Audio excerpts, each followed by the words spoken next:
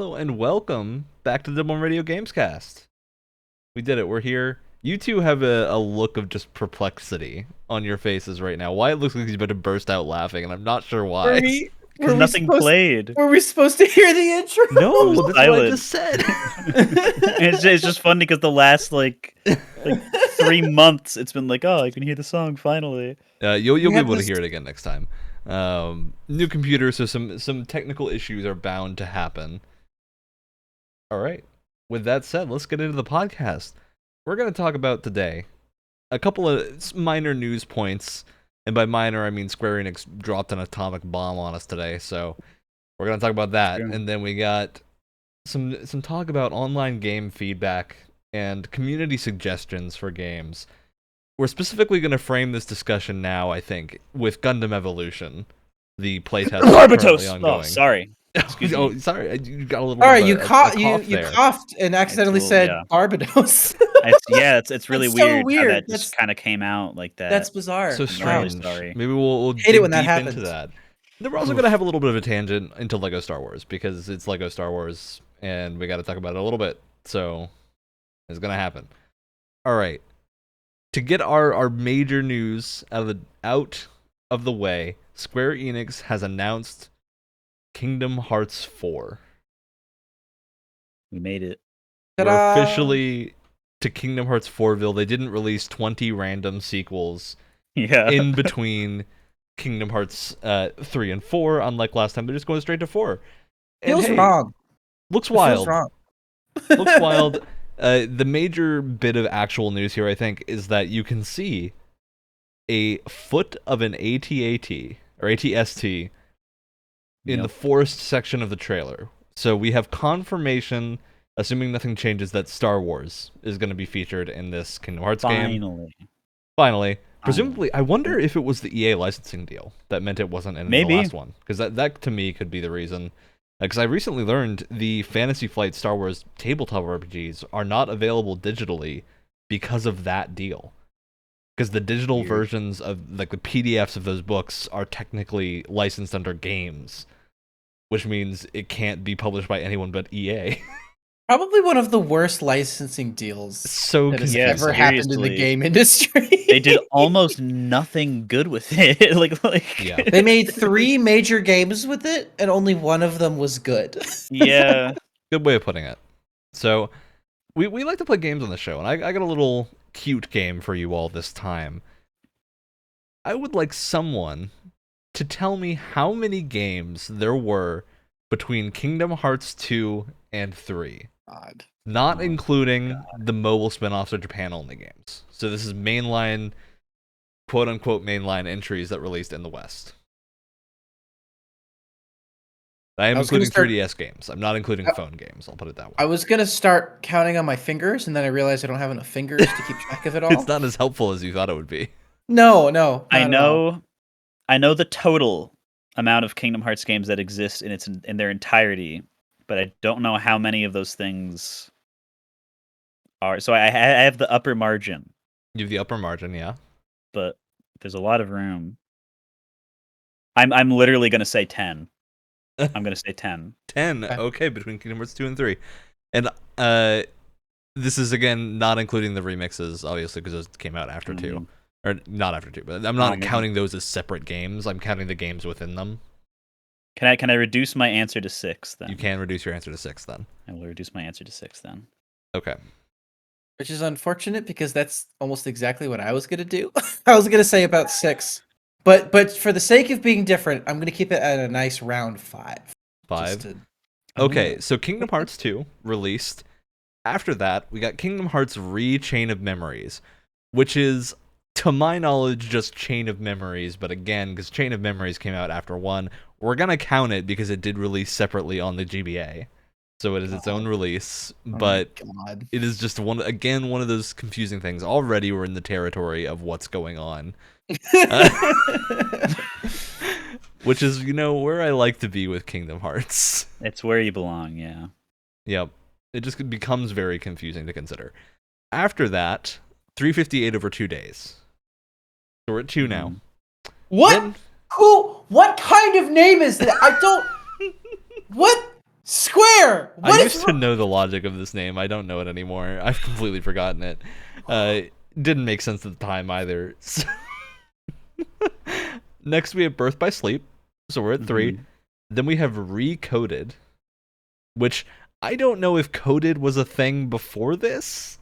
If there was a coded release beforehand, I guess it technically is. I think it was that's what it is. It's an episodic mobile game.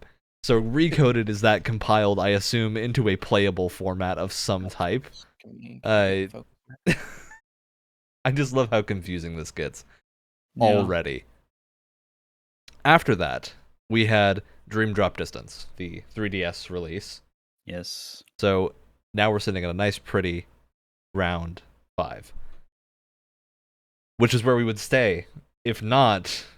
Darn it! For Kingdom Hearts HD 2.8 Final Chapter Prologue. Let's go, baby! Final Chapter Prologue! And then if we include the remixes, we have HD 1.5 and HD 2.5, as well as Unchained Key, and the Unchained Key sequel thing, and then a bunch of other random stuff is thrown in there. Afterwards, we have Melody of Memories, which came out after 3.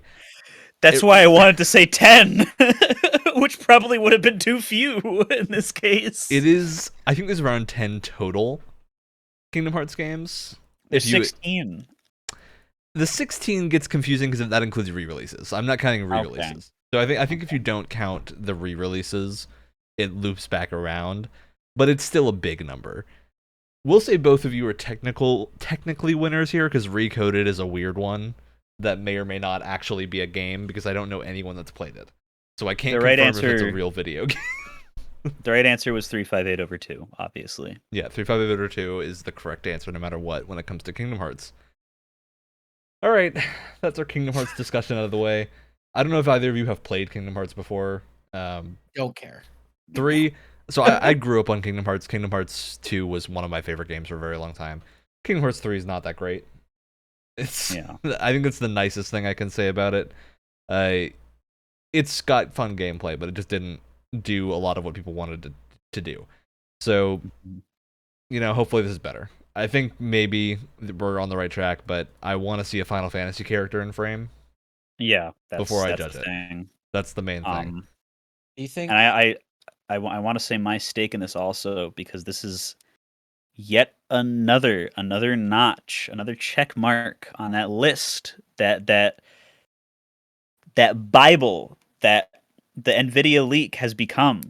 That is correct, because it's at some point, Kingdom Hearts 4, this is going to happen eventually, like within 20 years, but hopefully it got announced within like the same time frame as the Chrono Cross, as Chocobo GP, as all the other stuff. And so now, the only thing left that matters, Ryan, is the Final Fantasy IX remake. Is it coming? It's like everything else happened.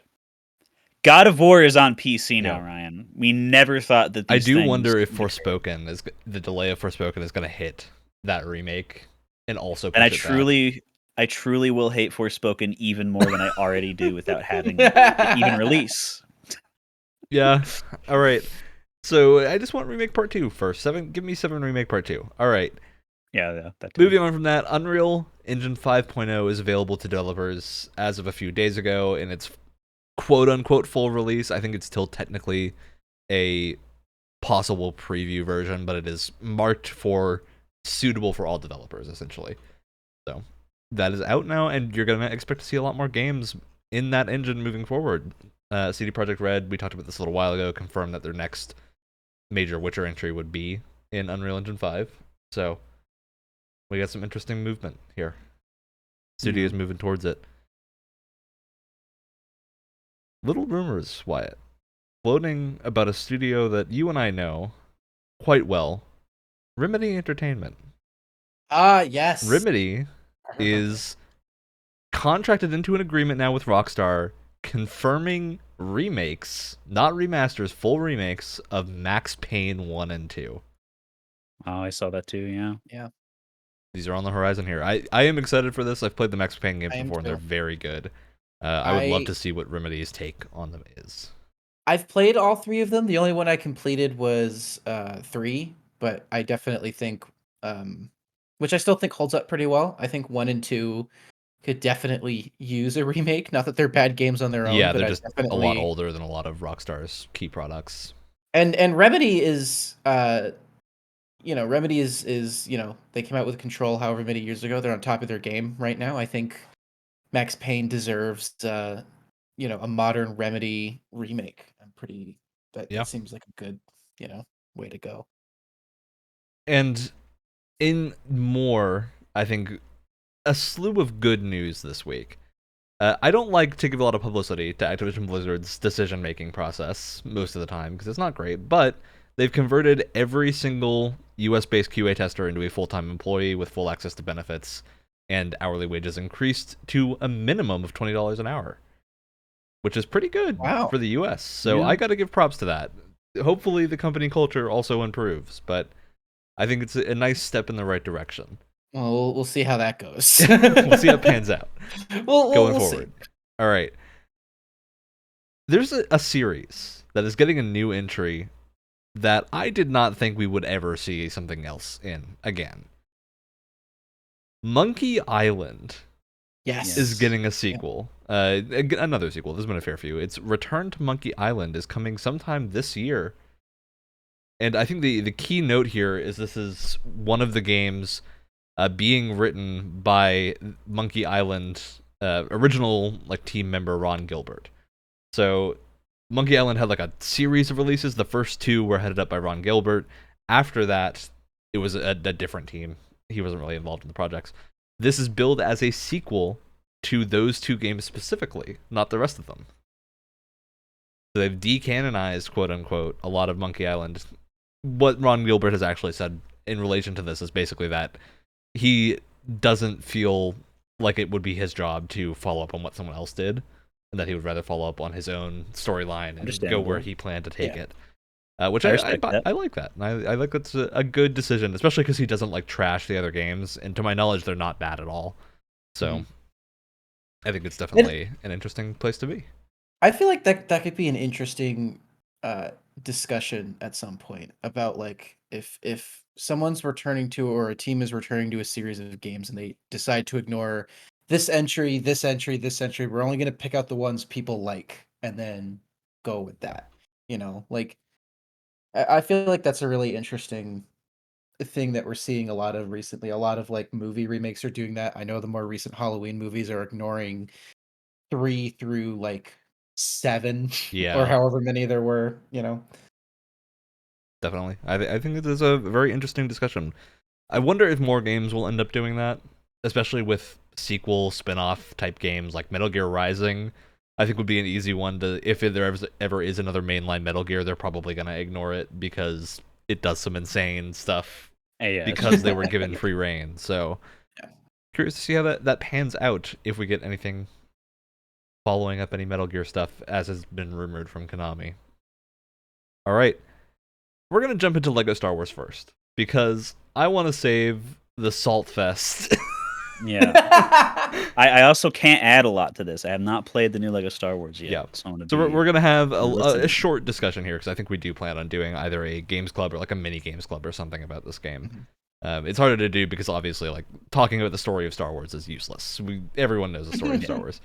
It's a lot more interesting to talk about how they've interpreted the story of Star Wars here, and how everything is different. So we're not going to spoil anything. We're not going to spoil a lot of the jokes, maybe 1 or 2, but we're not going to spoil every scene. I think the main thing to know going into this is they have definitely Legoized the story. More so than past LEGO games, because each story is being told in a shorter span of time than they normally have. So it's really fast-paced, especially the prequel trilogy and the original trilogy are very, very abbreviated in some ways. They still hit all the major points you'd expect, but a good example of this is anyone that played LEGO Star Wars: The Complete Saga will remember Revenge of the Sith, the level at the very start where you're flying through space and have this rail shooter with everything going on. Not in the game. Oh, That level's cut. Yeah, it's a shame. They do have some really fun like There are tons of sequences like that. Like you will like get that. your fill of that kind of sequence in the rest of the game. They just didn't do that one for whatever reason. Yeah. And so there's a Or couple of even events like that stand out. or even in like the story itself, and I know it's the story of a Lego game, but like it's still worth pointing out. Yeah. An example I use all the time is A New Hope. They like combine scenes together in such a strange way. So, for example, New Hope, Luke comes back from meeting Obi-Wan Kenobi for the first time to see his parents killed by, I think, stormtroopers, right? Whatever And happens. then whatever. You know. And then they combine that with the binary sunset and him leaving for Mos Eisley all in the span of about 5 seconds. And you don't have the Jawa level that was in the complete saga where you're trying to rescue the droids. You just kind of get the droids at the start of that sequence, so it is like an abbreviated take on it, and it feels like, from what we were talking about, they had to rigidly stick to the 5 levels per movie structure, which maybe didn't work as well as they wanted, because some of the movies have a lot less going on, some of them have a lot more going on. I think a lot of them were translated very well. I think Empire felt pretty good. Revenge of the Most Sith. of the sequels feel pretty well adapted. Yeah. They feel streamlined in a good way. Revenge of the Sith, aside from that one missing level, I think felt very good. Attack of the Clones was pretty good. They extended Phantom Menace by a good deal, I think, which may or may not have been the right choice. My problem with the way that they tackled the prequels is that there's a lot of moments where you're just going to one planet, talking to someone, then flying to a different planet and talking to a different person. It does serve the purpose of basically showing you all the locations you can do, because every single visited location is now like a full free roam hub that you can explore, and some of them are very sizable. All of them. Except aside from a couple of the starships. If you're on like a starship level, those are kind in terms of of planets levels. But planets, you go to a planet, you can go to that planet and explore all you want. Even like Canto Bight from Last Jedi is like a full explorable location. Which I didn't know before playing this game, that Canto Bight is not the name of the planet. Canto Bight is the name of that area. It's like to something or other is like the name of the planet. Yeah, I didn't even know that. That's a language. Come on, you silly boy. But yeah, I think general impressions of the game are very positive. It's about what I expected. Is the major note. The sequel trilogy, neither Wyatt or I has finished the sequel trilogy, I believe. I think we're both I'm just very starting close. Rise of Skywalker. I'm like at the final battle of Rise of Skywalker. I'm about to go. So you can tell me if this holds true for Rise of Skywalker, but it feels like the majority of the sequel trilogy is where the focus went. Yes. In terms of getting longer levels, more cinematic sequences, which is probably a good thing because they haven't been adapted, aside from Force Awakens, in like full form to Lego yet.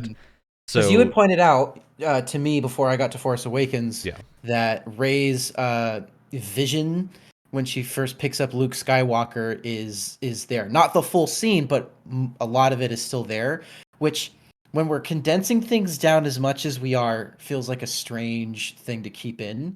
They also keep in, from Rise of Skywalker, the scene where she sees like Darkseid Rey. That is also still there. Which again, the reason that's there 100% is because they wanted the character. That one I understand, because they want you to be able to play Darkseid Rey. But when you're condensing things in the way that you are, it's just the sequels specifically are like, why is this still here? If not, they were spending more time on it. It makes me wonder if the original plan was to just do the sequels. It does end up feeling like that. Expanded it. Yeah. Oh, that's but what I will say, like, if that is the case, they still did a ton of justice to other locations, because like Coruscant is huge. You've got like 2 large explorable regions. All of the prequel areas are very big. You have like Oto Gunga is a massive area that you can go around in this like one underground Naboo lake. So I think there's a lot of love put into the environments here. And if you're a collectathon person, you like doing platforming collection challenges, you're gonna love this game because there's so many. My only mini kits. Yep, mini kits. My only gripe, I'm not going to complain that a kid's game is too easy, because that just feels like a weird complaint. However, what I will say is, at the very beginning, I was constantly looking for what are they called? The crystals that you Kyber use for bricks. upgrades. Kyber bricks, excuse me. That you use for upgrading your like abilities and your different like class abilities and stuff like that because it was really cool. The problem is I did a bunch of those upgrades and then the game became even easier to the point where like I could probably have my eyes closed and still like complete levels. Yeah. And I'd that made me recommend to stop anyone that looking for isn't a those. child to immediately turn off. You can turn off health regen, so you have to collect hearts Yep. to get your health back, like a classic Lego game. There's And turn also a off a lot of lot the of UI, because there's a lot of UI options that are constantly on your screen that you can turn off with no Mhm. impact to the game. So That's one of the upgrades you can get is it highlights like specific collectibles in an area and yeah, stuff. So if you're in an area, there's like 10 collectibles. There's like 10 icons at any given moment on your screen, and it gets and it very gets cluttered. dramatically worse if you. I have not upgraded that ability because I do not want it to show Kyber bricks because I know my screen would be so lit up with things all Yeah, the it time that I'd gets. lose my mind. Aside from that, I it's very good though. no, yeah, yeah. I'm not saying is it's just there. Like if you are, someone our age or older, it can be a little like they're all the Because they give you stormtroopers are like this coming out whole of combat one. system that's really well thought out and fun to use, but everything dies too quickly for you Yeah, to actually use it, I aside would from bosses. recommend I would recommend if you can avoid things like damage upgrades and stuff because that will just I feel like keep the game a little bit more engaging, which is hard to do Yeah. because you have to upgrade everything in the tree before moving on to the next thing. So uh, Yeah, it is definitely a confusing state of balance. I would love to see a maybe not hard mode, but just something with like double all the health of all the enemies. Just give me that mode where everything is double blanket, and I would have a good time. Boss battles, I think, are a special highlight of this game Mhm. because they feel really good with this Yeah. combat system. I think this is as close as you can get to like a very well made action boss fight in a game designed for kids.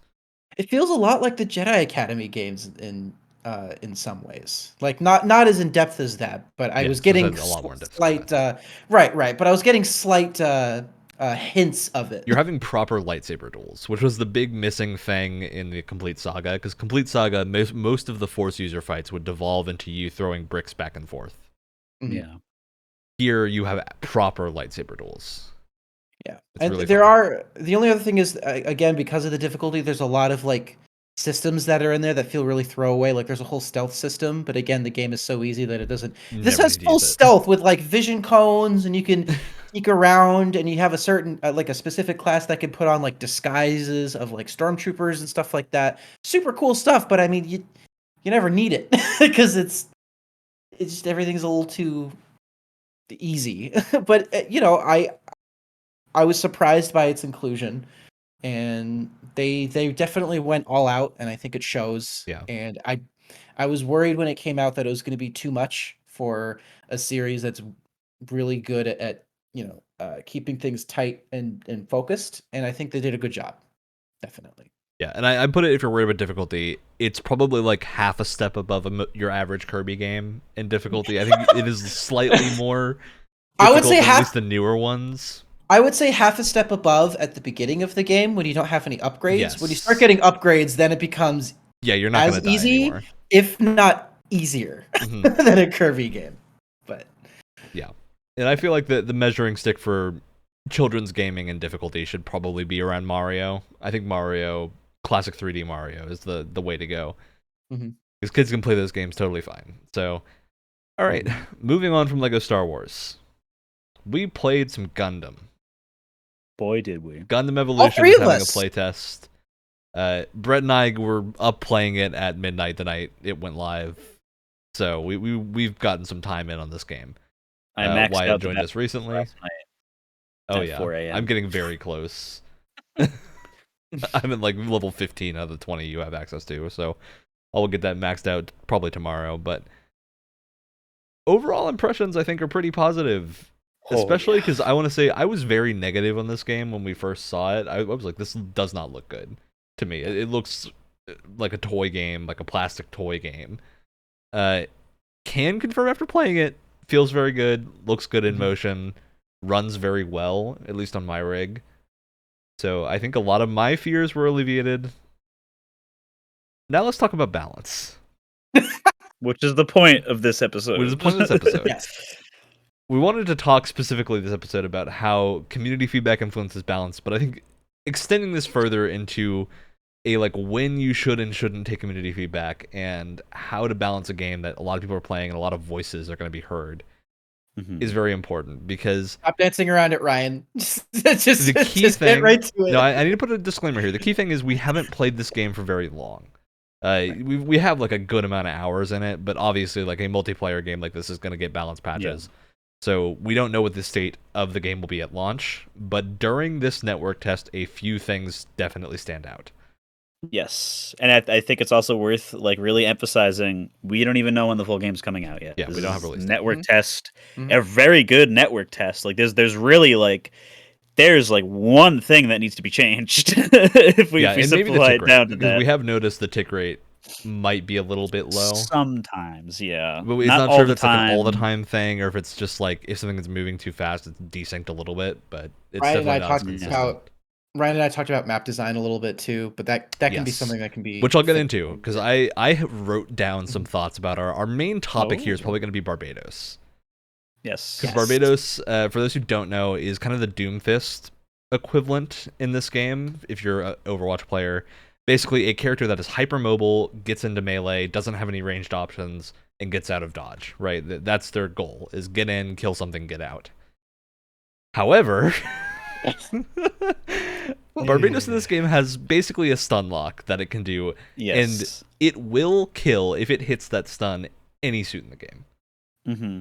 And not only because it revolves around the jump that it does, right? Yeah. The jump recharges when you get a kill, so you could just it's no longer go in, get a kill, get out really fast. It's go in, get a kill, get a kill, get a kill, get a kill, get a kill. I believe is the slam, not the actual jump itself. Unless it is the jump itself. Yeah. I'm pretty sure it's the jump. I'll have to read it again. I think it does specifically say it kills if you get a kill with it. I don't know if that actually is what happens. That's the thing. That might be what's wrong. Because the jump doesn't do a lot of damage. The thing that does the damage is the charged attack you can do, which stuns. Mm-hmm. And then you have the slam that will kill someone and make them unrevivable. So you you don't have a chance to revive them if they get killed by that slam. Yeah. The problem is that it's a one-trick pony, but that one trick is absolutely devastating and works almost every single time. It's super easy to pull off, it seems, because people just do it all the time. And even players that seem like they would be very bad otherwise, because these people just run in and they get a few people, and then once their ability runs out, it's just oh well, you mean I could stop just mashing every key on my keyboard and winning without trying? I guess I'll just die then, and then they just respawn with all their abilities. And I want to add, we're not saying that Barbados takes no skill to play, because I don't think any of us here can play him correctly. None of us. No, well, yeah, because we're not. Well, yeah, Ryan and I are not melee-oriented players, and Wyatt is not a Gundam Evolution-oriented player, as he will fully admit himself if he got to say it before I did. So where I was going to get into map design here is I've been looking and scouring the Steam community pages to see if our thoughts on Barbados are aligned with the general public opinion. Seems like they are. I'll get that out of the way. It does seem like most people that are not Barbados players thinks Barbados is overtuned. What I've kind of come to here is I saw a couple good points brought up about how map design here kind of contributes to the problem more than Barbados's kit necessarily, because the big issue, there are a lot of choke points in these maps and a lot of areas where you cannot get to a point without going through a small choke point. Mm-hmm. Barbados can hide behind a corner and insta-stun someone who walks through that choke point and kill them with no trouble. So I wonder how much that contributes to him feeling overpowered, because it does really, really feel like Barbados just has this way to lock you down as soon as you cross a corner, and that causes these issues where you don't have any counterplay. At the same time, though, it's because I'll give my counterpoint to that. Go for it. Because I know when we started playing, the other thing that we pointed out, you and I and the other people that we were playing with, Ryan, was that, oh my god, Sazabi is so powerful on the push. They have to fix that. And then we just realized that no, there's a built-in counter to that, and then you just take the Sazabi's shield away when you do a stun move. It just breaks the shield immediately, and Or it you can stuns just like it, and you stand can more kill it than there. 5 feet away and it doesn't kill Oh, it's you. yeah, and then the shotgun doesn't do damage. And There's important note: there's- Sazabi does have a charge, but he has to land a really Yes. hard to hit thing on you first, and he can't just like dash to you without doing that. So you have like many opportunities to avoid that charge. It's as long as you're not standing still, and there's multiple mobile suits with a built-in like thing that they can do to like physically counter Sazabi's like big scary thing that it can do and get it killed And super everyone easily. in this game can dodge Yeah. constantly. There's nothing that counters the Barbatos's move that it does all the time because everyone gets stunned by it. You can't move, and the time in which you cannot move, you just die because it follows up with another attack. If And there it was feels like it maybe has priority over other moves it- as well that are yes. supposed to like knock back and stun. It doesn't stop that move coming out, which means It's- you're yeah. still gonna get stunned and killed, even if you hit a like high damage move first, unless you kill it in one hit, which is almost impossible with anything but the Barbados. Yeah. Or a sniper. which you're which stuck in is that is position. why I say even if it's like we see it very often in specific places because of the choke points being pretty common on maps, there's still like there should be a built-in countermeasure at least on like one or Yeah. two mobile And suits. this there is just where isn't I one. want to hit. I know what is going to be the biggest comment from people that play Barbados to that. You can just stand further away. This is what I saw on Shut the up. Steam forums. This is what I saw on everywhere else. That was the comment of counterplay. I would see that logic in Overwatch, where there's more open maps with a lot of spaces, and you are never in a choke point that small with a melee character. There are so many points on certain objectives and whatnot here that have tiny rooms, tiny corridors you have to get through to get to them. You cannot just be further away, because Barbados has the dash that is up every like 6 seconds. Mm-hmm. In addition to the 3 dashes that he has in his base moveset, that everyone has access to like 1 to 3 dashes, he has 3. So he's basically got 4 dashes on command, one of which may or may not reset on a kill. I don't want to confirm. Or and That's launches like you like way up above everyone else really fast. And all of the game modes that require like that you capture a point, right? All of those areas where like you need to be within this area to capture the point, right? They're all small enough where you can't really, if you're on the point, following the objective, there's not a whole lot you can do. You can't stand further back because then you'll be off the point. Yeah, There's no TDM in this game, at least not in the network test. And it's like the respawn times are so quick that Barbados, with his 4 dashes, can get back to the point so quickly compared to anyone else that it just really feels like he is overtuned in a couple of categories, but primarily that stun is the real biggest factor here. Of you have if he hits the stun on you, you don't have counterplay. You can't get out. Yeah. And that's okay if the stun is like a specific skill shot or something, but it is literally a basic ability that's charged that he gets every couple of seconds. Yeah, So it seems very difficult to miss. It's a very particular ability that's hard to avoid and will crush basically any suit in the game. I can't really think of one that wouldn't get destroyed. Even by it Sazabi instantly. that has 1400 health. I think 1400 is the most health of anything in the game. Sazabi still gets 2-shot by it 90% of the time. It feels weird because, relatively speaking, the other suits are very well balanced, and so it just feels like this one received absolutely no balance, and it's like, okay, here are the stats that we're starting with. We're just not gonna change them, and they just left it. I'm not saying that's what happened. That's how it feels, though. It is what it feels like. Yeah. I will note, we did hear from other playtesters that they have done a lot of balancing passes. Apparently, Sazabi was ludicrously overtuned before and has gone through 2 rounds of nerf to be where it is now.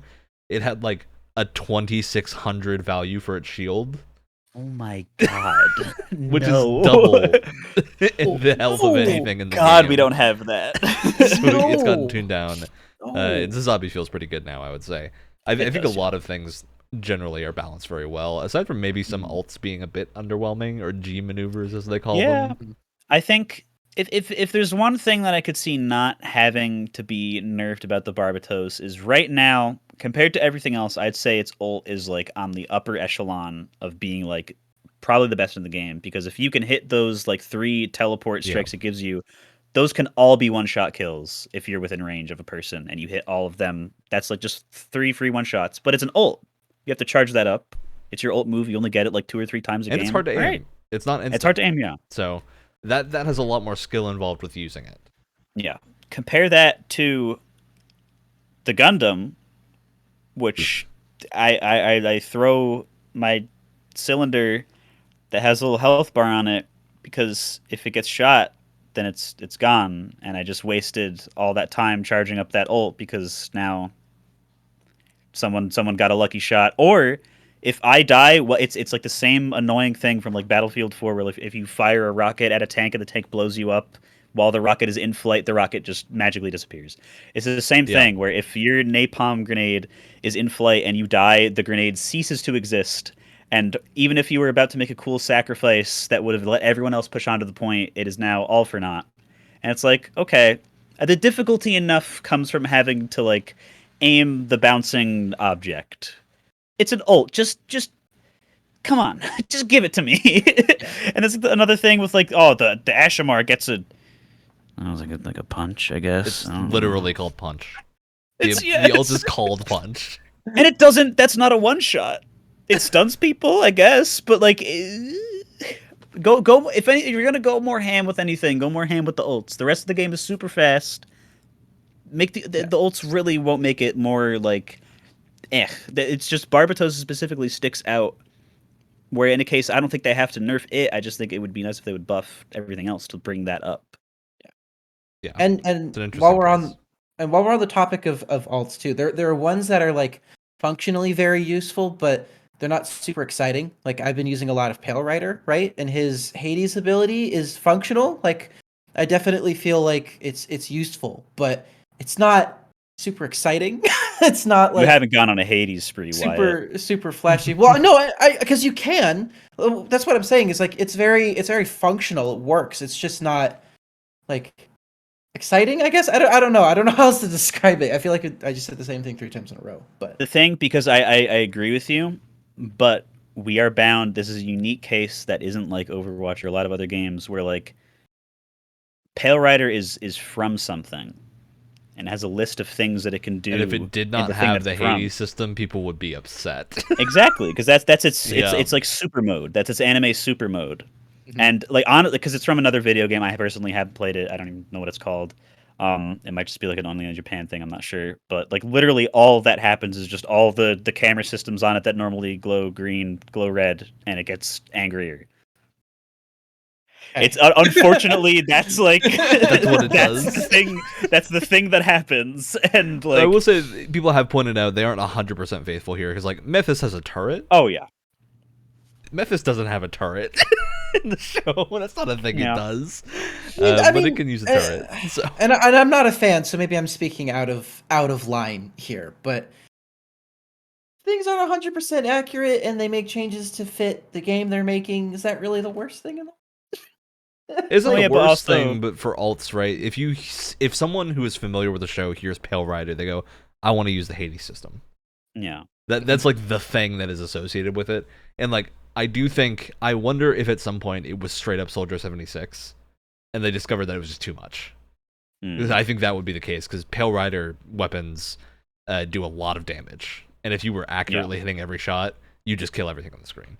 I think that's the biggest risk with this game. Where a lot of the suits do enough damage where you will kill everything on the screen if you're too careful with balancing. So sometimes just shooting something is the best solution to most problems. Mm-hmm.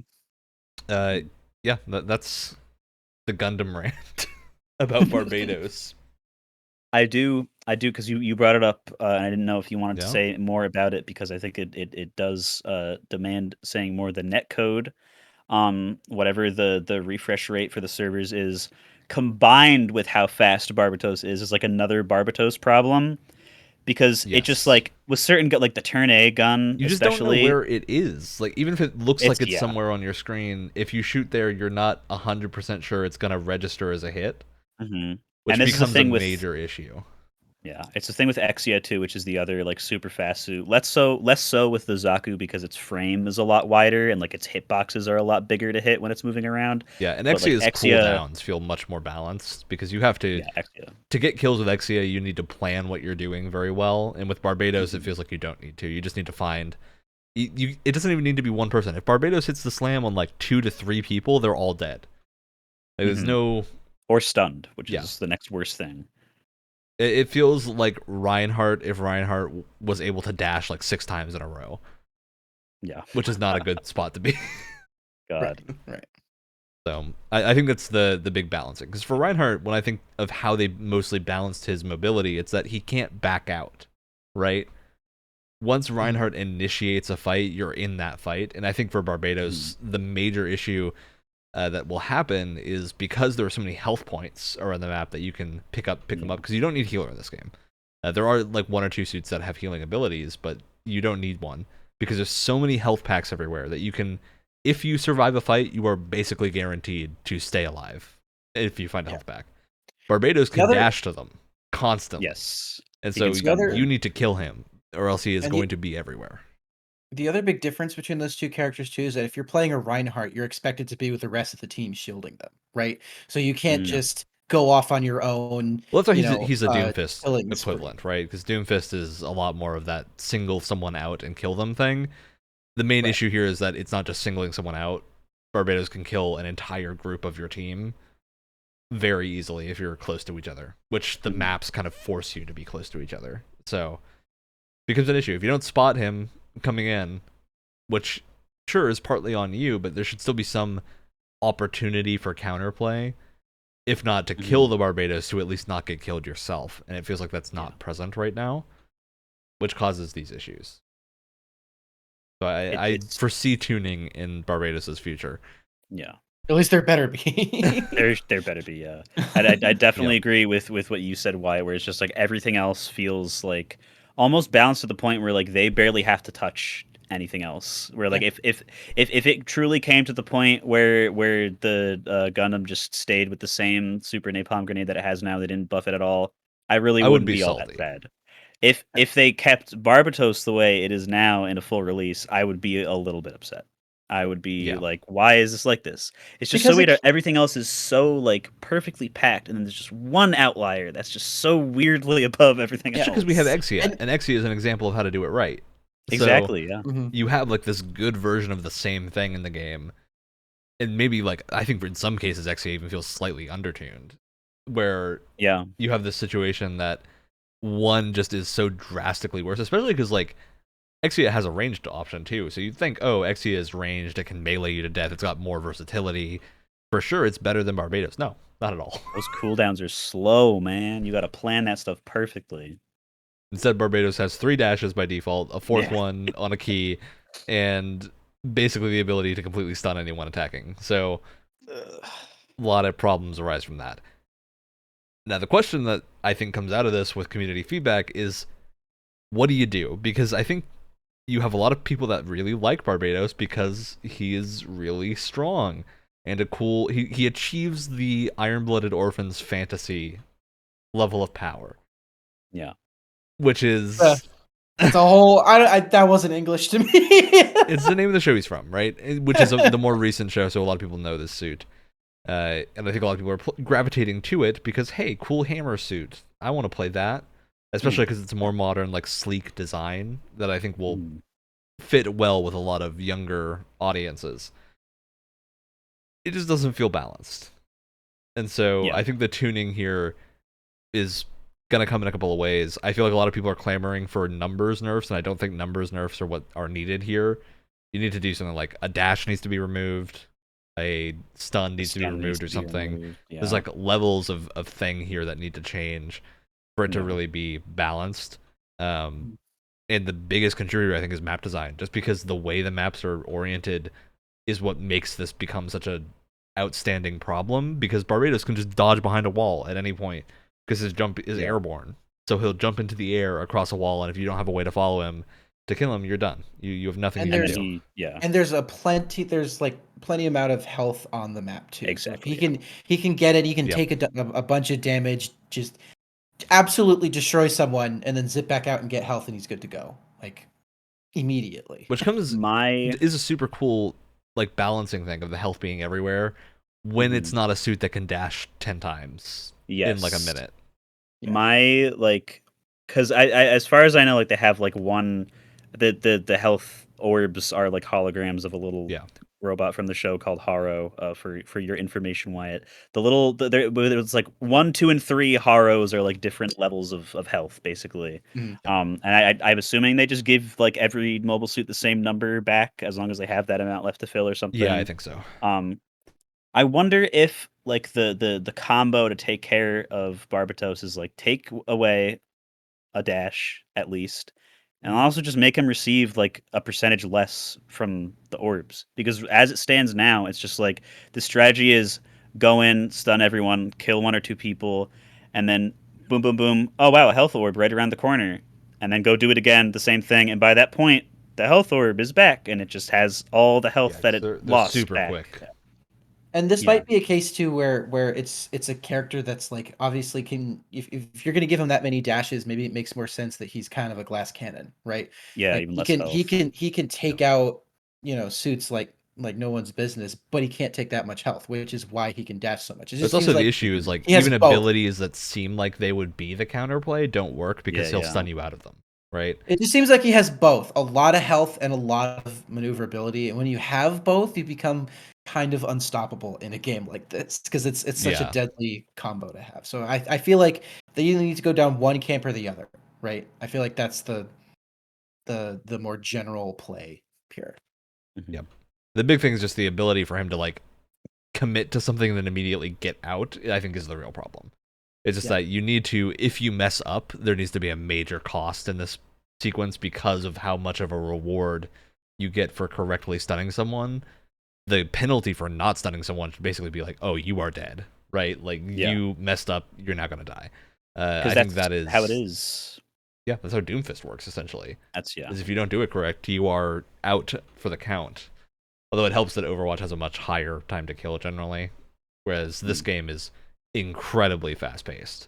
Yeah, I mean, in it's a fun like way, I'd it's say though. Yeah, good yeah, point. and it's like what you said, right? Like if you can't combo your stuff together correctly with Doomfist, you're completely useless. Like Yeah.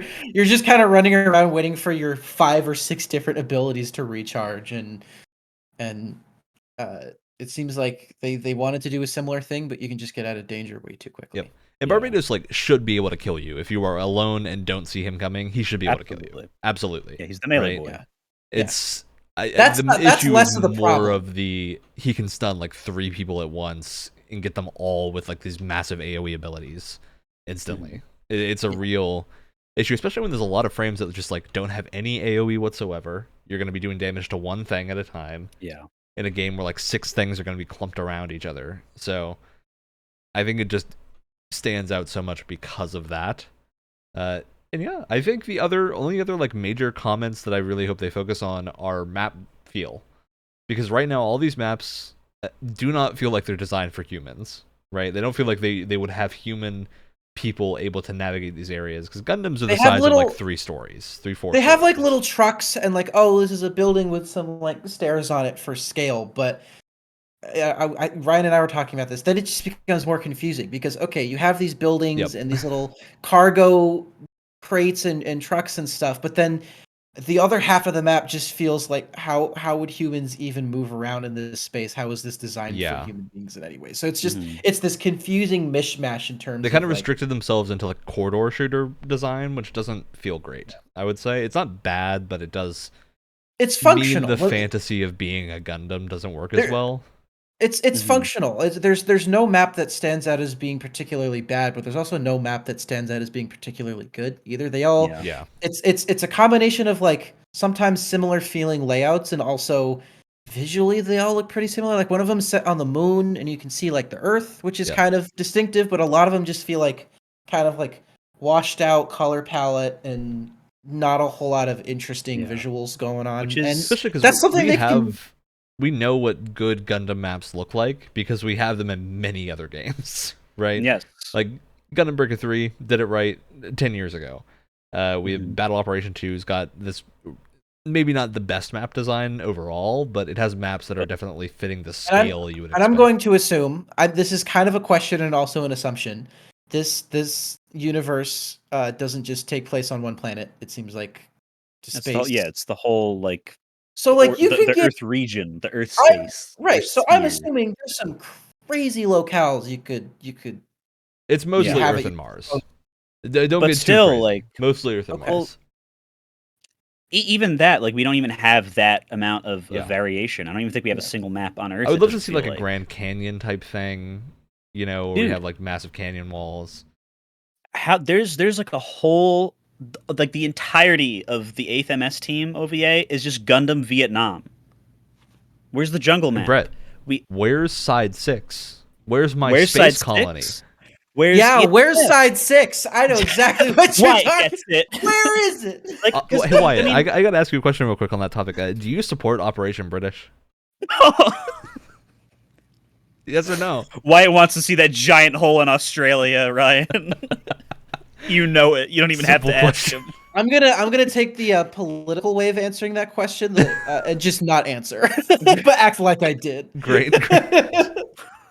But seriously though, we like, even if you just look at the show, and show up more than just what Battle Operation 2 can do, because that's only stuck in the one timeline that Yeah. most of the things are from.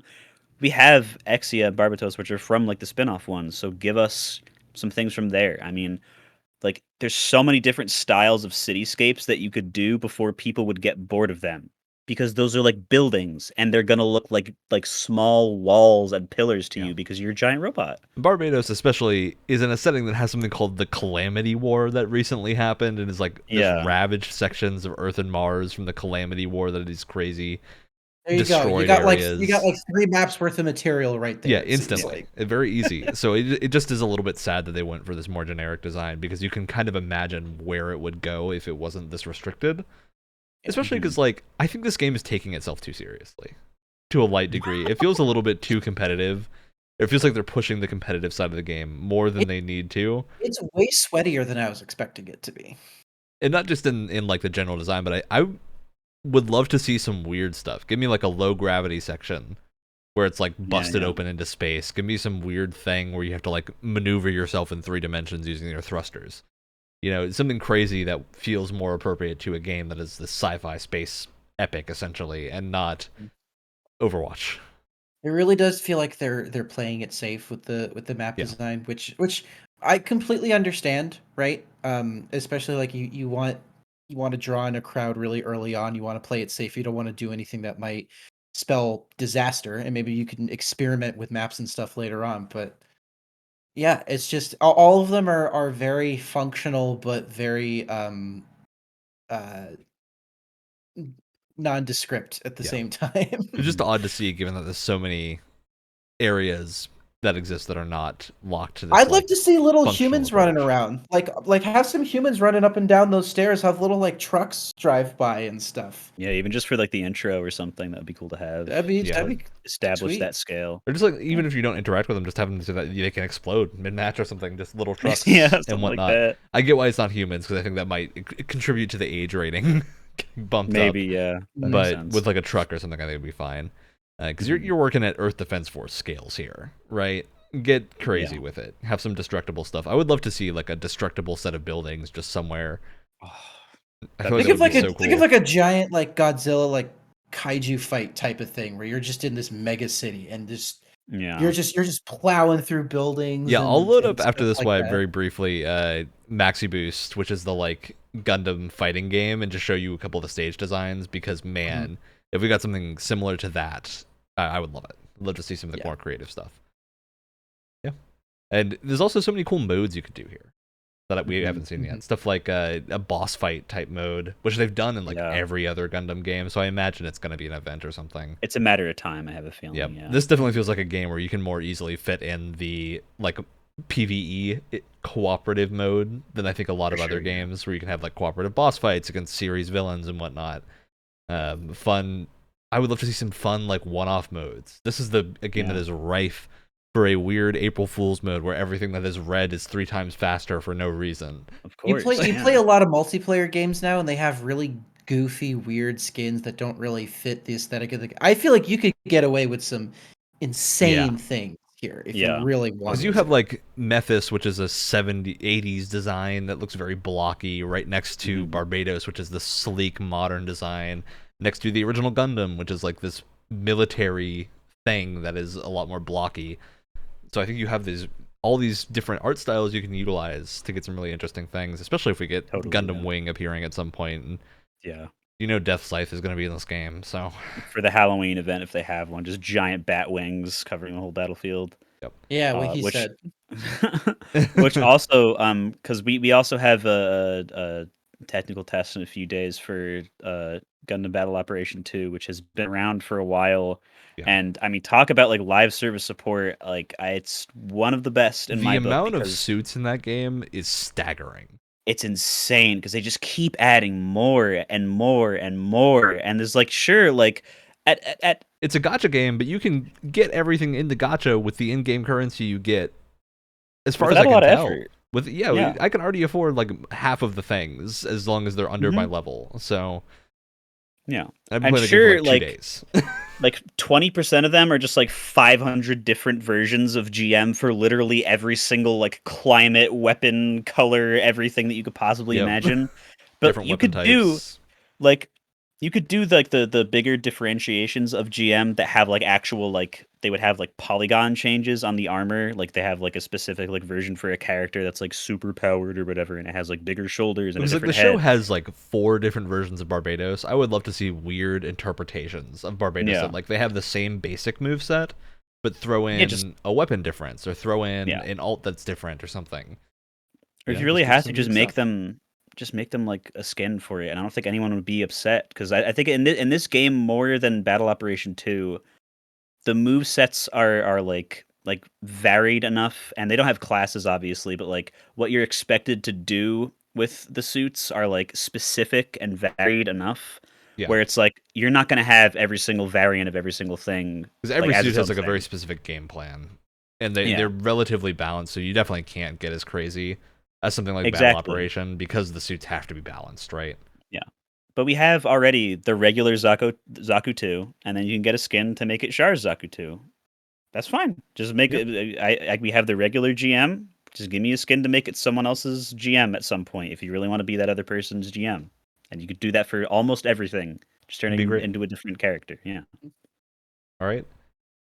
Moving past Gundam Evolution, which overall I think we've talked a lot about a lot of negatives. I think we are, at least Brett and I for the most part, enjoying this a lot. Definitely feels I'm very loving it. polished. Enjoying it. I'm enjoying it. I know, but I just suck. can't. I feel like I just can't suck at speak it. for you yet because I haven't played as much of it with you as I have with Brett. So I think No. the prevailing opinion is that it's a really impressive first attempt at a hero shooter. And if it's free to play, this game is going to stick around, I think, because it Oh, yeah. definitely is going to get an audience at It's this got point. that mecha community, and that never ever dies. That You mecha release a community mecha is game, loyal. yeah, They will it'll stick stay around. for a very long time. Yeah, you guys are being treated very well recently. It feels like. I know. It feels It's like very there was. strange. It Because feels it's been like, like 10 years where we get nothing but leftovers. Like terrible games. and it's funny because it feels like this good treatment is coming like after you two specifically have been like, where are all of our mech games, and then all of Where a sudden, are out they? of nowhere, you're getting Yep. like 2 Gundam Yep. games within like a week of each other. It's We're gonna get just incredible. like 2 more Gundam games that look good on the horizon. Yep. Mech fans eating good.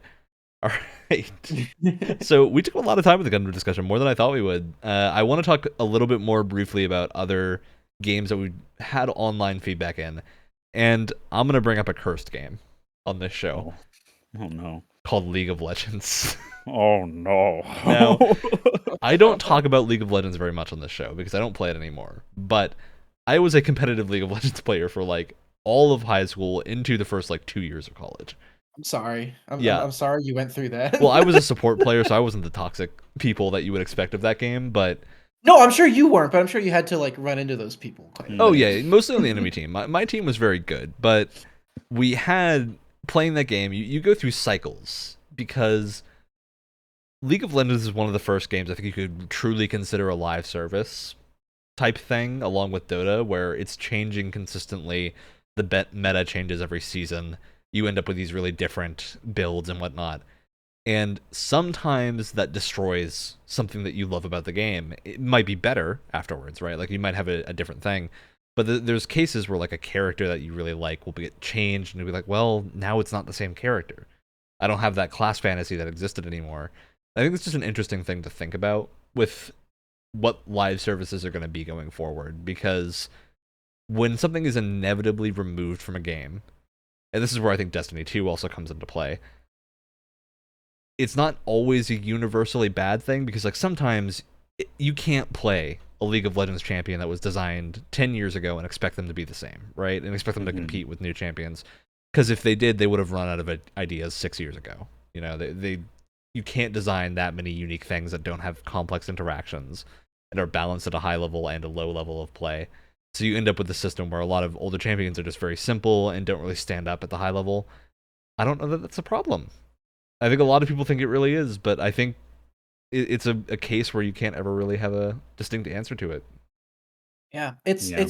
it's a weird thing too, because a lot of games, it's on the surface when you say this game gets a lot of support and updates and balance changes from a developer. That's in the back of my mind, I was like, oh, that's a good thing. But there are times where like sometimes you can update a game so much that it just I'm gonna it throw just something into this, Wyatt. implodes on itself. You remember Cube World? Yes, and I So feel like we've Cube had this World, conversation. Yeah, we haven't yeah. had it on the podcast. This is interesting game history for anyone. This is gonna make me cry. This is gonna make me cry. It makes me very Yeah. upset. Cube World, for anyone that wasn't around when this was like a boom in the internet in like 2012, was this crazy popular, very early development game that came out. The developer is like a single person, I think it's two people actually, a husband and wife pair, and they showed this game off to a couple of YouTubers, and then the YouTubers were pushing it so hard, it got super, super popular. So they decided, okay, we'll listen to everyone asking for a way to get into the beta and release like a $20, you can buy into this like early access essentially release and play the game. People probably should have listened to the developers when they were like, okay, this game is a passion project, it's not nearly finished. But most people that played that early beta were pretty happy with it, and were like, okay, we're going to tuck this away and be super happy when it releases. But the developer went silent for like 5 years. Yep. Still working on the game, completely just not publicizing anything. Many questions have been asked. Yeah, as to what happened. What the hell happened in those 5 And I think the years? important thing to note here is Wale, the developer, was never malicious, right? No, There was never a point where he was like, I'm taking your money and running, which a lot of people accused him of, which I don't think is the case. I think it really was a case of this game was a passion project for so long, and he just continued developing it the way he had, but now he has an audience of like 6 million people wanting to play this game, and it's not good now because it released on Steam as a surprise, and then everyone realized all the changes that were made over the last like 6 years between updates were really bad. Really bad. It's one of the most like obvious examples. Your level's like of- unique to specific areas now. You Mhm, can't yeah. keep your traversal mechanics between areas. It's rough It's to play. I don't know if there were QA testers during those 5 years, but it feels like it was Yeah, it developed doesn't in a seem like it. bubble. Yep. And it was just like, okay, I'm gonna push it out. I'm not gonna test this at all. I'm not gonna put it in a Yeah. early access beta. No, just push it out. And this is what happens when you develop in your own bubble and you don't listen to outside feedback. This is what happens. I think this is really the benefit of early access now, is for games that are these small indie team developers. I'm going to use Valheim as an example here, I think. Because Valheim is a game that hasn't gotten a lot of content updates specifically, but the state that it launched in early access is pretty close to a complete game, right? Yeah. Like, If it launched as a complete game, I don't think anyone would have. nobody would have complained about complained, especially at the like $15 it launched for. So I think with this case, you have something unique where the Valheim team is also going very slowly. They're making sure everything they put in is polished to a T, and the game works extremely well, and they are adding gradually new things, and they're going to release like big content updates. I think this is going to be like a good milestone to see how far we've progressed as a society in terms of treating these development teams. I'm not going to say it. Because I feel like the Valheim team has learned that transparency is a benefit here, because they can go, okay, tell us if something isn't working, and we're going to change it. And they've been in the lucky position where most things have worked very well, and there's only been a few things that need to be changed. So luck and talent. If they're the ones Yeah. pushing out the updates, luck and talent. Yeah. And it's weird too, because I feel like if you go into early access, that's a statement of like, we're being as transparent as we can about this. So Yeah. launching something into early access and then saying nothing is is Like so Hades is another bizarre. good to example. me. Yeah, Hades super transparent. It spent a lot of time in early access, but not in a bad way. You could tell they The were same always putting attitude of out. the content they put out is going to be highly polished, but they're not opposed to Mhm. changing it if they need to.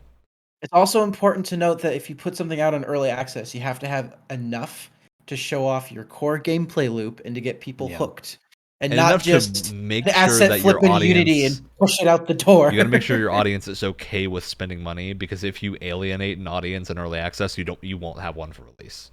Yeah. That's like a very core concept for a lot of indie games to learn, is that your early access launch is a soft launch for your game. That is, the public opinion from that will carry over into release, and if you don't launch in a state that is decent, you're going to be in a rough spot going forward. But I mean, and you know, we're in a weird we're in an interesting time now because we're getting games like before they're ready with early access or just bad launches in general. Yeah. But we're also seeing games turn into entirely different beasts post launch too. It just feels like Yes. the lifespan of a game now can be so long. And Whether that's a again, good or a bad thing. exactly. And that's the thing is that It's sometimes both, a game, yeah, it depends on the developer. It depends on their on how they listen to their Hello community a Games lot and of No the time. Man's Sky. It's a different game now. It's much better in It's a every way. great game now. It's a really, yeah, it's a great game now. And an interesting example of a game that kind of updated itself to oblivion. I have two examples that come to mind. We've talked about Overwatch a little bit and how that kind of went on for so long and updated itself to a point where most players are like, "What's happening? Like, what's going on?" But another interesting Yeah. example with a game that we don't really talk about that much, and I don't really know much about this game, but Fortnite is also in an interesting spot right now. And I only know this because I watched. If anyone here has ever seen a Sunny V2 video before, he makes these great, like, condensed YouTube documentaries about a specific subject, right? And he wanted to talk about Fortnite and how it became this gigantic thing, and then it started to fall off with its community because they were releasing all these updates that were just that had a reaction of like, why? Like, Like what is the purpose weird, of this? yeah, like weird balance changes to try and fix meta. They introduced weapons like the Infinity Blade that just broke absolutely everything, and so you can take your game and update it to a point where it's worse off than where it started, which is such an interesting. It's interesting to look at it, you know, kind of as an observer after the fact. Yeah, for sure. Yeah. It's an Apex interesting spot. definitely was like that for me because Yeah. I could literally like it's just one of those things they got lightning in a bottle. How the hell do you break into the battle royale scene when it's the battle royale scene? Like that's crazy. That just Also, doesn't your happen. publisher's EA. It Yeah, Yeah, and spells it's a state of like disaster. PUBG popularity too. Yeah. Yeah. Everything was working against Respawn and like launch Apex. I will stand by this as one of like the best playing Yes. a game with friends experiences I have ever had in my life for like a I have solid never played like a 2 game, I months. think, as much and as condensed of a time period as my 3-man Yeah. squad when that game came out. We were all playing that game nonstop for like 3 or 4 Exactly. weeks. Yeah. And even after that, we were still playing it like every day or two minimum for I knew months. friends. And then eventually we all panned off. But I know friends that would never ever touch Origin launcher with a 10-foot pole. Apex Legends comes out and they all want to try it. And so Yep. I've experienced multiple times people trying to set up Origin accounts, and it's such a frustrating experience using that godforsaken system, and you're Yeah. trying to set everything up, and it was bizarre. And Because but the time was also, worth it. yeah. It was worth it. And then they Yeah. started listening to people, and the game got worse. Well, 'Cause that's the other sorry, keep going.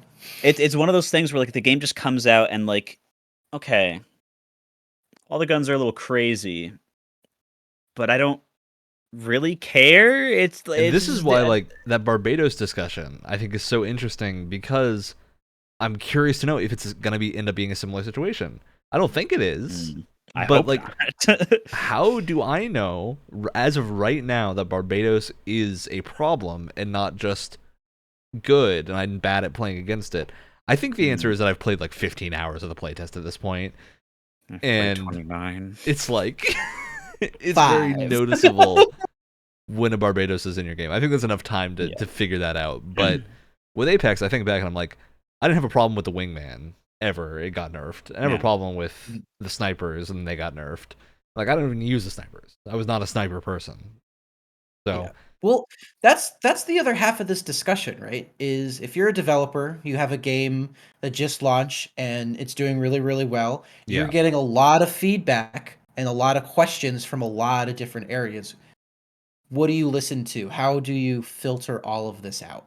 Right? Mhm. yeah, And I feel like the answer that a lot of people come to, not everyone, but a lot of people come to, is you have specific content creators that are really well known in the circle of, the fan base of your game.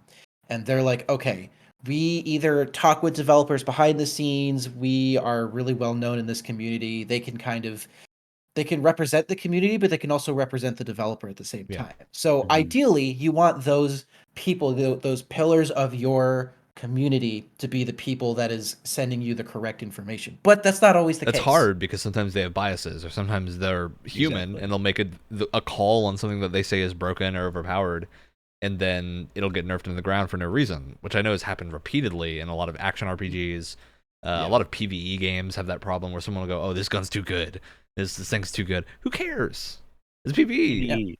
Yeah. I know it's happened with Destiny before.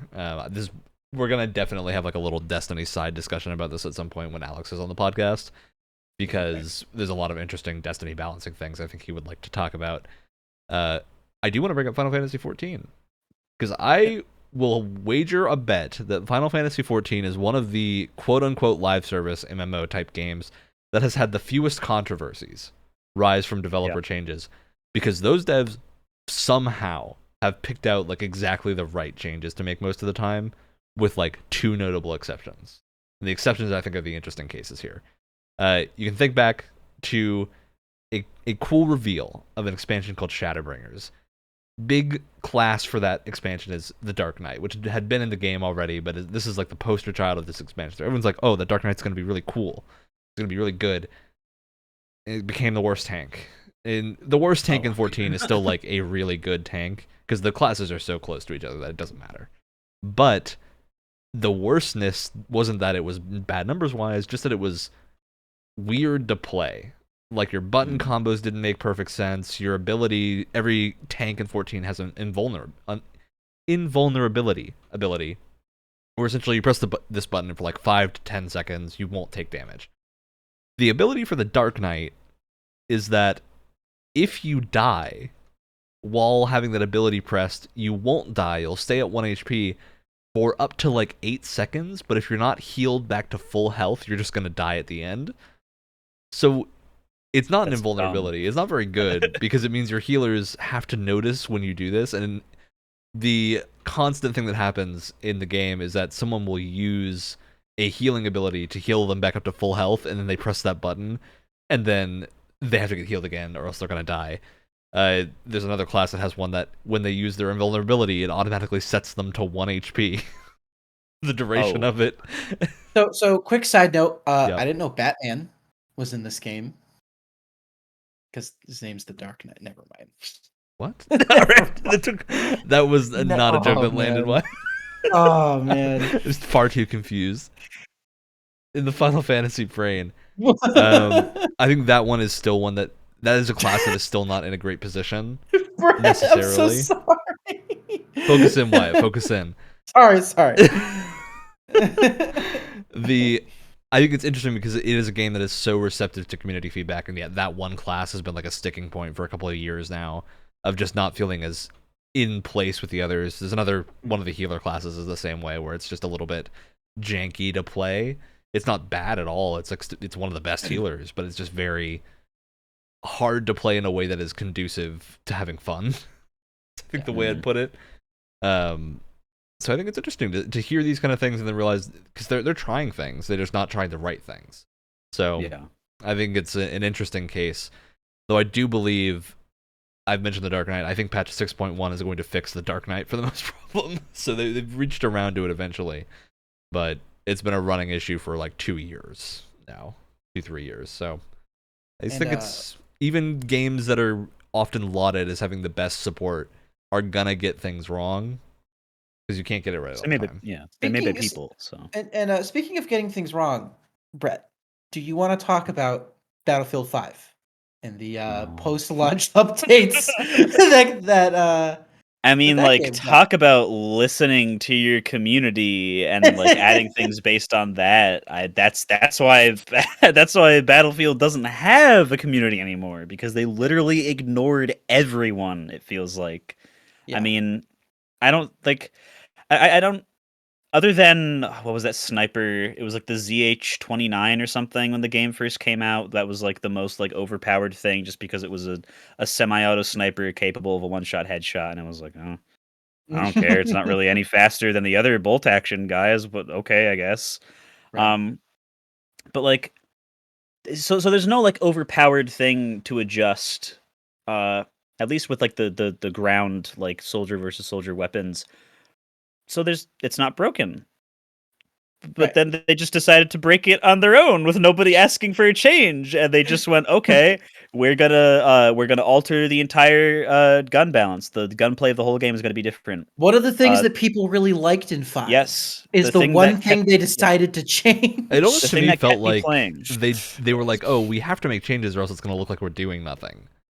Like, That is what it feels like. it's if you're gonna do nothing, just work on the next game, right? You don't have to Yeah. make a live service. Nobody's gonna hate you if you don't make a live service, as much as everyone thinks is like. I think developers are in this case now, where they think if they release a first-person shooter, if they release a multiplayer game and it's not a live service, it's gonna be the worst game ever.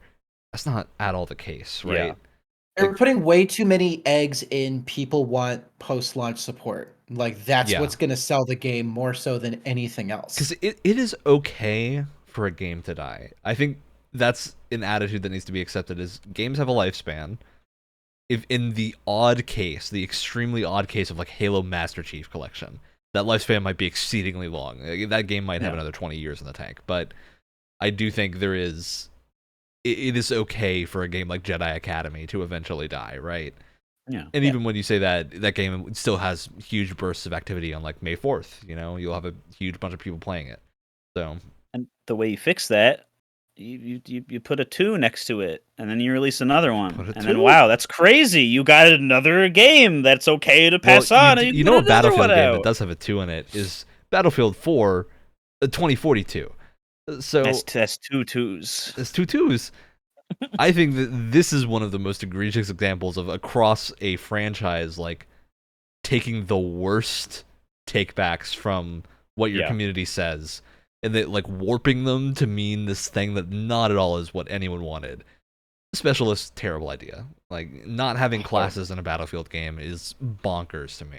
It's the kind of thing where unless you're a game like Hardline, just trying it out, you can't do that in a mainline game because you're just going to lose so many people. And even then, Hardline had the benefit archetypes. of being by a different studio. It wasn't even Yeah. developed by DICE. It was primarily developed by Visceral, right? So that had the breathing room to be a little bit different. It had the because this isn't treatment of a side mainline. project and not a mainline game, so it could be a little bit more Yeah. experimental. Yeah, and 2042, they advertised as the mainline game. yeah, The well, Battlefield game. and the other thing too is that DICE is also in an interesting situation when it comes to post-launch support, because before 2042, they were working on two games. They were working on Battlefield 5 and Battlefront 2, right? Both of those games had terrible, terrible launches and for the longest time were complete jokes. Right near the end of their lifespan, both of them started to pick up. You had the Pacific update for Battlefield 5, which was a great update with two new factions, a bunch of new areas, and they were doing some really interesting things with how Tides of War was turning out and Yeah. stuff. It was really starting to pick itself up. Same thing with Battlefront 2. They started having all these Clone Wars updates. They started having updates from the sequel trilogy, all this other stuff, and people were getting excited again. People were talking. I remember there's a lot of videos about Battlefront 2 when Battlefront 2 was at like the height of excitement when they killed it. Yeah. yeah, and people were really excited. And then right when both of those games were finally starting to gain some traction, cuts development for both at the same time to Yeah. go work on Battlefield 2042. And I think It that really has feels- soured opinions on it even worse because people Because know if you two remember- games that were liked. because if you remember, I at the time was like, listen, they want all hands on deck for the new Battlefield game because they don't want another horrible buggy launch. That's what it looked like. It made sense in my brain. I was defending them. I was like, as long as the game is good, cutting content for these two games that are starting to gain traction is fine. It's worth it. That is not what happened. Not at all. It feels like, Complete opposite. because now we have all these ex-DICE devs working on other projects. It feels like the game major game dev class thing where like you have the Battlefront 2 team where it's like, all right, you got a couple guys with really good ideas that like to do work. That And clearly then you loves get, Star Wars. That's the Yeah. other thing. and then you got like a couple like the gunplay is really in that game, Yeah. and like it's just like the movement Yeah. and some things are just really like weird and so like those are like the slackers equivalents, like the people that didn't get it. They might be better on like other projects and stuff, but for whatever reason that it's not for them. They didn't do a very good job. And then you have Battlefield 5 where you have the gunplay and the movement and all that stuff is great. But then, Yeah. like, there's real, like, big issues with the setting and the support and the design of certain things that were, like, those feel like the slackers. Instead of getting the best of both worlds, this feels like the game dev class project where all the slackers got put onto one team because none of the other people from the other teams that actually Wanted did them. their job wanted them. That is what the Battlefield 2042 feels like. It's like the worst thing ever. It's the B and C teams combined making a mainline entry. It's the Z team, dude. It's terrible. Yeah. It's the 2042 team. And like And I try not to be super negative on games most of the time because I generally find redeemable qualities in a lot of them. Battlefield 2042, I got a new computer. I was like, okay, I'll test it out. I'll retry the like, because I still had 9 hours of the trial left. You know? So it's gotta run this time. And be like, okay, it ran super badly on my other hardware, so I'll see if on hardware that is a lot better, is it going to run better, and is that going to make me like the game anymore? It did run better. I was getting like very solid frame rate. Terrible game. I uninstalled it before I was even done with the tutorial for the second time that it forces you to play. Because, man, it just is lacking like the soul of Battlefield. Yeah. And I think it is completely within our right to be very negative on this game when we tried playing it for 3 hours and we could barely be in the same game together. Yeah, we got 45 minutes of actual gameplay, it feels like. That wasn't very interesting or fun. Yeah. And the best part was playing Portal, which is just old Battlefield games. It's like, I don't know. I think this is just really a case of a lot of terrible calls from executives and developers that just didn't know how to make the best of those calls, because it really seems like they, even within that framework, you should be able to create something that is passable, right? Yeah. That is fun. And it just didn't happen with this. And those knowledgeable devs leaving to leave the ones that maybe aren't so knowledgeable to do the work. And the real shame too, in a lot of ways, I think, is Battlefront 2, because that was gaining a lot more traction than Battlefield was. Like, it felt like every single update was great. People love Star Wars. If you give it, Star Wars is a license to print money, right? As long as your game is passable, it doesn't even need to be good.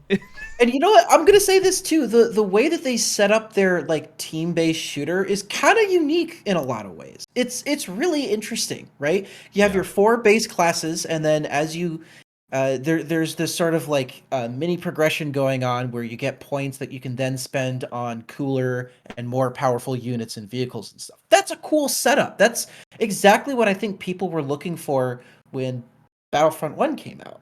Yeah. And you didn't have a lot of other shooters. It was a mix of like Battlefield, but then it also had a bit of the hero shooter thing going on with some of the more like powerful units and stuff that all countered each other. It's a cool setup that we don't see a lot, and it works really well for a Star Wars game. And now we don't have a game that takes advantage of that sort of structure at all.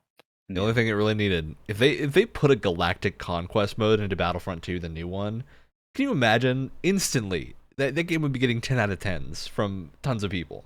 Yeah. Instantly. From the fun all you factor need alone. is a galactic conquest mode. You don't even need to change anything. Just have it exist.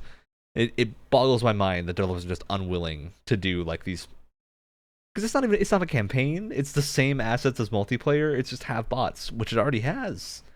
So I gotta Yeah. wonder, like, what is the logic to avoid these things? And I would love to see words from the Battlefield devs on that. And it's frustrating because, I before 2042, before Battlefield 5, I was like, there's no better developer to helm a Star Wars Battlefront game. Like DICE should be the perfect choice. Yeah. On paper, that would have been my first. If someone was like, okay, Yeah. modern Battlefront game, what developer do you want? I would have said DICE in a heartbeat. Yeah. And now I'm more likely to give it to many indie developers than them. Anyone I'd be more else. likely to give it to the Lego team. Because Yeah, imagine honestly. Lego Star You Wars kept saying- Skywalker Saga could just be turned into a Battlefront game, but Lego, and I would play the hell out of it. It would totally work. It would completely work. Yeah. It's strange. I just feel like the staff at DICE now is just a desk that's permanently on fire. It's the best way to describe DICE at the moment. Yeah. And it's like on the listening to the community thing with like when everyone is asking like, are we going to get some sort of galactic conquest mode, and the answer is no. It's like, well, then who are you making this game for? What's the point? Like, you're making it for the executives that aren't going to play it and have never played a video game before in their life. Even if you're not a multiplayer main person, I think having a mode like that exist means your game's going to last a lot longer because Much people are like going to the be old playing Battlefront it. 2. Yeah, like people will still go play multiplayer matches of old Battlefront, and when they can't find a multiplayer match, they'll play Galactic Conquest because the game is not going to die for a very long time. And the original had the shelf life that it did long, far beyond its online multiplayer. Yeah. It had the second game had 4-player split screen. Having split screen in your game extends your lifespan to a crazy degree. Like they could never release a Smash Brothers game ever again, and Ultimate will still be played by so many Ultimate's people gonna last for the next forever if they don't release a new 10 one. years, regardless of its like even if it wasn't as high quality as it is, because it's such a good party game. It's a game you can play with friends. It's gonna be there forever. Yeah. Same thing as Nintendo Sports, Wii Sports back in the day. You know, it's a dying breed of games that has that kind of heart put into it. So I hope we see more because I think indie devs are obviously hugely picking up the slack. We're getting tons of games like Deep Rock Galactic. We're getting games that are really, really excellently well developed. Game Pass Games Club has really revealed a lot of games I think that none of us would have tried otherwise that are really cool. Yeah. So I think there's a lot of opportunity here for AAA devs to take some notes from indie devs and maybe just try making something with a lower budget. Is my real big advice. Just like, please give me the occasional Outriders, give me the occasional thing that is not this big blockbuster AAA release, because I'll probably enjoy it more than the big blockbuster AAA release, and it costs you a lot less money. If your games don't look as shiny as they do in the future, I promise you it's gonna be worth your games not looking as like immediately pretty. Yeah. It's gonna be worth it.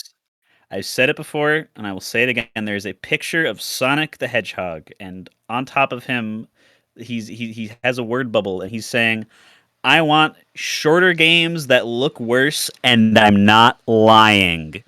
Yeah, because it's true.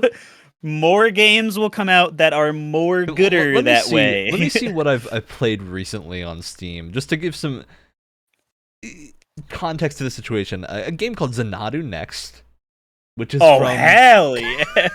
way long ago and looks probably pretty trash. Like a game called Necess, which is 2D rough, like almost MS Paint quality pixel art that I've been having a ton of fun with. So Europa Universalis, which is just a map. It's just a map. It's literally just a map. So I don't know. I think AAA developers are just having a rough time here. And like Deep Rock Galactic, obviously, which is a wonderful low poly style. It just feels like there's so many things you can do. Look at Vampire Survivors. Vampire Survivors is a little dinky game that's $3 that exploded on Twitch and YouTube, has millions of players now, and is literally PNGs of Castlevania ripoff characters. And there's good examples in the incredible. AAA.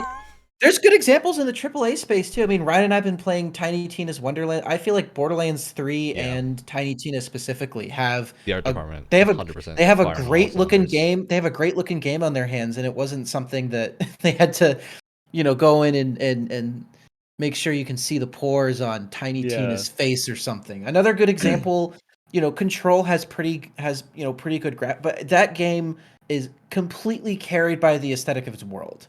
That Yeah. what's it called, the original house, Brutalist-ish kind of thing. or The whatever Bureau. the location is, the Bureau, right? That entire building is gorgeous, and it's not because it uses RTX ray traced reflections. That's not the reason it looks as good as it is. It's because it's artistry. It Yeah. looks amazing. And hey, like, talk from about a Gundam visual Evolution again for a second. That game does not look expensive, and it doesn't matter at all, right? Yeah. And doesn't no have one to. cares. So I think the fear that's here is from AAA developers Unfounded. about visuals is just overblown. I Yeah. think they're vastly overestimating, because you're going to get that really loud minority of people who's going to be like, "Oh, game's trash, doesn't look 4K." You're like, all right, Go back to middle school, because that's where you belong. If you still think that's that in like probably where many 2022, of them come on. are. Uh, Yeah. I just think it's not the audience that they're looking for in a lot of cases. Look at Mhm. Nintendo. Nintendo has been making games that just have wonderful art styles for so long, that run on super underpowered hardware, and people love it. Because It's it's game fun. I think your audience is an important thing to remember with audiences is that vast majority of your audience is not going to say anything. If people are just Yeah. enjoying something, they're not going to comment about it unless they're like, "Oh, you did something super cool. I'm going to show this highlight reel of this crazy gun I found in Tiny Tina." Right? That's something people will share, but they're not going to like. You're not going to find a flood of people saying, "Oh, don't change this thing." Yeah. Unless it's something that is like a controversial change. You're not going to find that, because the majority of people saying those things are people that are really hardcore, are probably not the major audience you're looking for. And so I think it's an interesting case where, like, you need to really scroll through the feedback that you're getting and be like, okay, how much of this is legitimately useful feedback and how much of it is just angry people? Yeah. And I think, because I think thinking about it now, because I proposed this topic a while ago. I think the thing that made me think of it in that moment was Elden Ring, because at that time I was looking at a lot of the YouTube community, because it was just getting recommended to me, and like every other video is just like a 7-second video of like a weapon art of something killing like hollow enemy number 500 in 2 hits and saying that it's overpowered. And it's like, what? I don't care if you're exaggerating, because the devs that it's modern game dev. If you're looking for feedback for like outside of QA, you go to the community and look at what they're doing. That's we've discussed this in this episode. Listen to the community. And if they're Yeah. sifting through like, oh, this is overpowered, this is overpowered, and they see literally everything, you're not helping, you're stupid, and you're wrong. Because I'd hazard a sometimes guess, like, I don't think the Moonveil nerf was bad that they did. I think it's perfectly no, viable, because it's still a no, great weapon art. But I do think even if they had not changed it, nobody would have a problem except for PvPers. And yeah, it is an yeah, important change for PvP, but PvP in Souls style games is never going to be balanced. I think you that's the should thing never you just kind take of it have to seriously. accept. Yeah, At this you should point, never take it's it not seriously. possible, unless they do separate balancing, which is not going to happen. So Yeah. And at the same time, also, the only reason that Elden Ring was able to be made by a company like FromSoft in the first place is because they're like literally the most resourceful team on the planet. Because the Elden Ring couldn't have been made if Dark Souls 1, 2, 3, Sekiro, and Bloodborne didn't come first. Yep. You had the people complaining about those like reused assets and stuff. You wouldn't have the game that way. They're reused in like the most perfect way. We're like, okay, oh, well, okay, that's the Asylum Demon animation. Okay, I like that. it's It's a it's callback. it's cool. Let Yeah, me I know how to dodge it. let me make one thing perfectly straight. Reusing assets is one of the greatest tools as a developer. Like, Hmm. I don't know if they completely remade Stormtrooper armor for Battlefront 2. I But if they had sincerely hope kept not. but if They they better had not have. they better not have. But if they had kept all of their assets from Battlefront 1 to 2, no one would have noticed, because DICE's games almost always look like 10 years ahead of their time. Yeah. Mhm. Their is such a good, and it happens way more than you think it does. I've brought this up before. Yep. Valve are the kings when it comes to reusing assets. Does anyone care that the same little like boop sound is in Portal, I Half-Life, care because and I Team like it. Fortress? Because I Does recognize it and I'm anyone like, care hey, that I they're like it. reusing it Does anyone in a negative way care Yeah. that they're reusing No it? one thinks they're lazy for using it. No, not at all. Yeah. It's the fact I don't even know. It's one of those things. Reusing assets is one of those things where it's like it feels so obvious that I don't know how to explain it in a way where I don't sound condescending. Like it just. It's like obviously like if a if- game is an asset flip, that's a different case, right? Yes. But that's a different. But that's that's not what we're talking about. I know, but I think it's important to say that because I do think a lot of people will be like, "Oh, but this looks like an asset flip." I'm like, "Well, it's probably not AAA first of all, because I don't think any AAA company is willing to do that." No. It's just important to remember that like games have a time limit to be made, and every year technology gets better, that time limit gets longer. Essentially, like the amount of people having to put in the effort to get a game out in 5 years is crazy because like 10, 15 years ago, you'd expect a game to come out every 2 years, every 1 year. And so it just gets larger and larger of a time commitment. Yeah. Important And it's to keep also in mind. like if you have a lot of the same devs on that team, it's the same thing. Like it's an art style at that point. Like, oh, you draw. I can tell when this artist for who did the concept art for Valkyrie Profile does concept art for other games because he uses the same art style. It's his art style. Like Is he Yoji Shinkawa, reusing? legendary. It's Is he reusing paint blotches and eyes because they look the same and all of his things? No, that's how he draws eyes. Like it's so stupid to call something like that out, and it's the same thing to me. It's just so weird. It's very silly.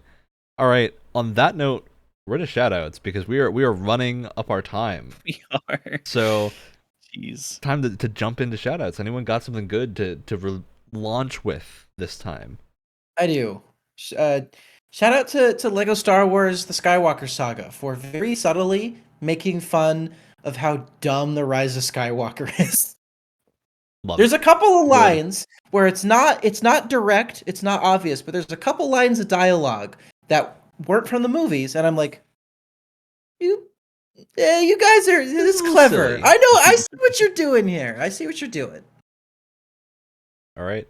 I'm going to give my shout out to the Stalker series because obviously Ukrainian developers, they're in a rough situation right now and can't work on the next game for the foreseeable future until something resolves. But major props to them and their publisher for putting all the Stalker games in a like $8 sale and a bundle on Steam and giving all the proceeds to charity for Ukrainian relief, which I think is just really cool to do, especially for an older game series. Yeah. I'm with the community as like fervent as Stalkers too. Like that's a dedicated community. I'm looking forward to jumping in. So. Shout out to that one guy from the D&D chat who kept sending me pictures of him getting the G3 skin over and over again before I did. You know who you are. And it made me very angry until I finally got it. That's it. Great. And on that note, Tuesday morning, 7 a.m. Eastern Time, podcast platform of your choice. We're available everywhere. Or YouTube if you want the video at podcast or Twitch. On all those platforms. That's the outro. That's what we do. Back next week. Oh, man. I'd be so sad this never test ends. I'm not going to be able to play it for so long.